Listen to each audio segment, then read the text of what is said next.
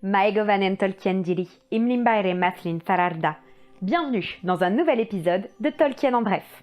Joyeux Hobbit Day à tous. Aujourd'hui nous sommes le 22 septembre, un jour particulier dans la communauté de Tolkien, qui en profite pour faire la fête. Car il s'agit de la date anniversaire de Frodo et Bilbo. Pour l'occasion, nous avons décidé de vous proposer une vidéo hors série pour vous parler justement de l'origine et de l'histoire de ce peuple au pied velu inventé par Tolkien. Vous pouvez aussi en profiter pour prendre un deuxième petit déjeuner aujourd'hui. Le Hobbit Day est aussi une bonne excuse pour bien manger. Allez, branchez vos neurones, c'est parti.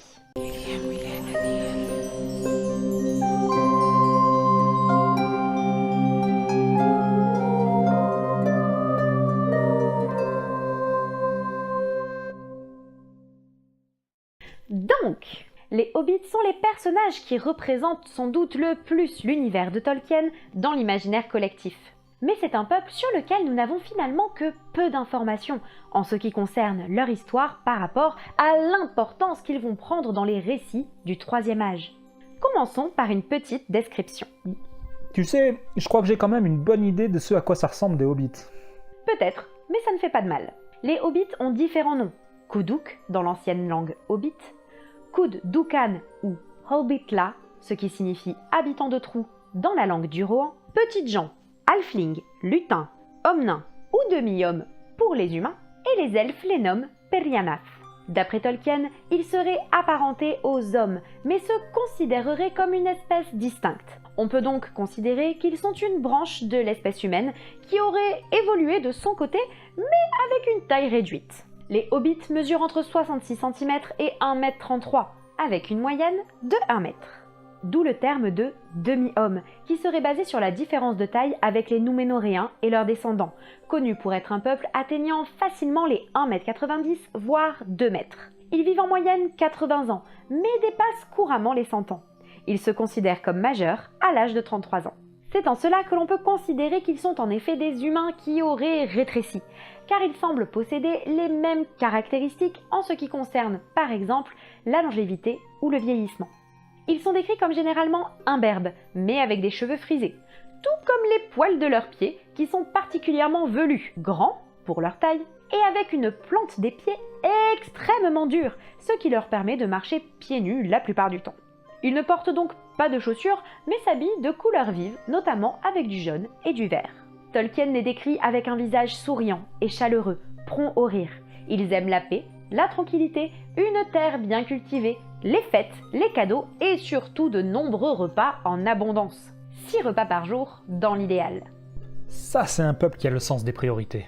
Contrairement à ce qui est habituellement observé chez les peuples humains, les hobbits seraient dénués d'ambition ou de cupidité. Ils ne sont pas non plus de tempérament guerrier et ne se sont jamais battus entre eux, mais ils savent se défendre si besoin est. À cette occasion, ils se trouvent être d'ailleurs bien plus endurants et résistants que leur apparence bedonnante ne le laisse supposer. Ils ont peu le goût du savoir, à part un amour déraisonné pour la généalogie, au point qu'il est généralement déconseillé d'aborder ce sujet avec un hobbit. À moins que vous ne teniez absolument à ce qu'il vous explique toutes les ramifications de son arbre généalogique et de ceux de ses voisins. Une des choses qui les différencie également des grandes gens est leur grande capacité à se mouvoir discrètement et à pouvoir passer inaperçus. Ils ont l'ouïe bien plus fine et les yeux beaucoup plus perçants que les humains, d'où leur très bonne performance au lancer de pierre.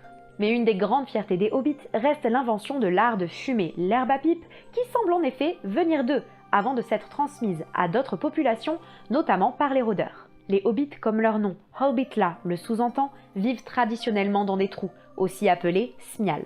Mais à l'époque du Seigneur des Anneaux, seuls les plus aisés y vivent encore, ou les plus pauvres. Car la prolifération des hobbits ne permet plus que chacun puisse vivre de cette manière-là, et la plupart vivent donc dans des petites maisons de bois ou de briques de plein pied, car les hobbits n'aimaient généralement pas les hauteurs. Mais ça ne nous dit toujours pas d'où ils viennent et quand ils sont apparus. L'apparition des hobbits remonterait aux jours anciens, c'est-à-dire au Deuxième Âge, voire au Premier Âge, où ils vécurent longtemps en Terre du Milieu sans que les autres peuples n'aient connaissance d'eux. Leurs origines humaines ont été perdues, tout comme leur langue. Ils parlent donc la langue commune, qu'ils auraient appris au contact des populations du nord de l'Anduin, mais avec quelques mots qui leur sont propres, comme Mathom ou Smial par exemple. Historiquement, ils viendraient de la vallée de l'Anduin, entre les monts Brumeux et Mirkwood. C'est là notamment qu'ils auraient, à une époque, côtoyé ceux qui deviendraient les habitants du Rohan.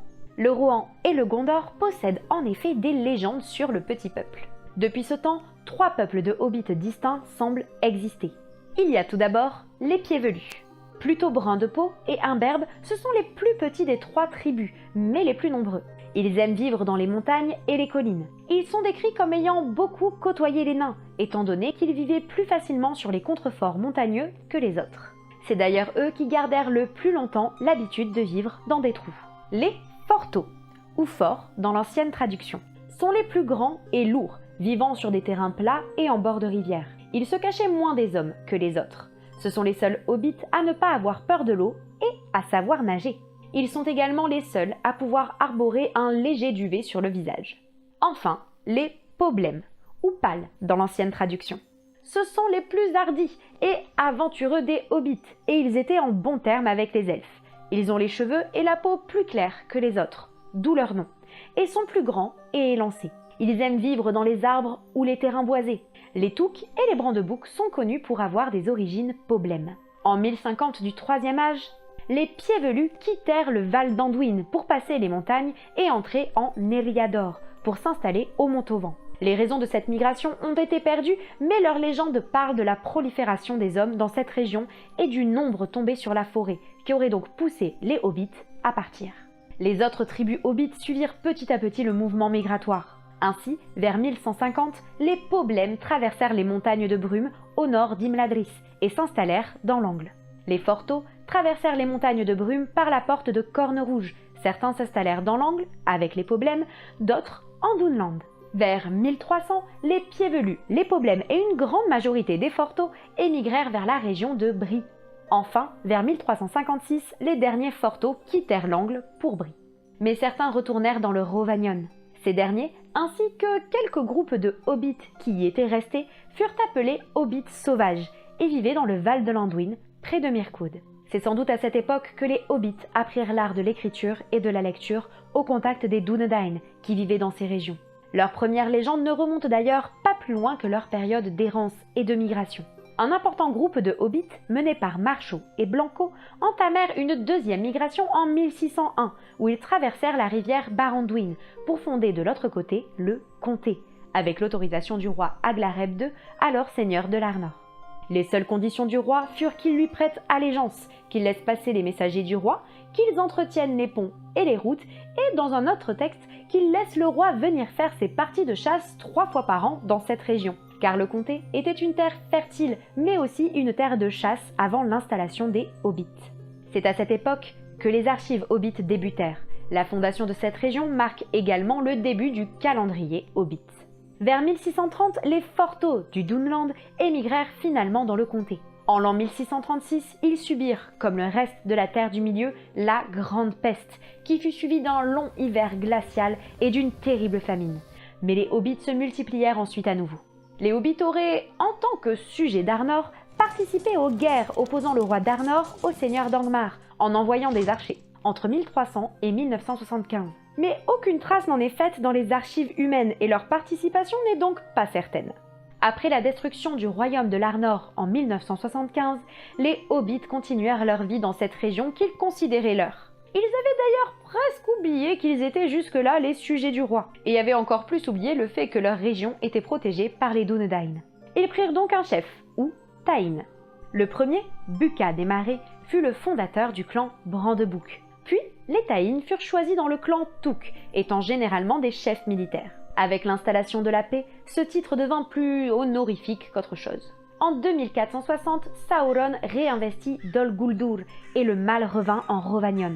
Les quelques hobbits sauvages qui résidaient encore dans le Val d'Anduin, sans doute comme la famille de Gollum, commença progressivement à disparaître. Dernière date importante pour les hobbits, avant ce qui sera ensuite les aventures de Bilbo et Frodo, est 2747. Cette année-là fut marquée par la bataille des Champs Verts. Ce fut la seule bataille ayant lieu dans le comté.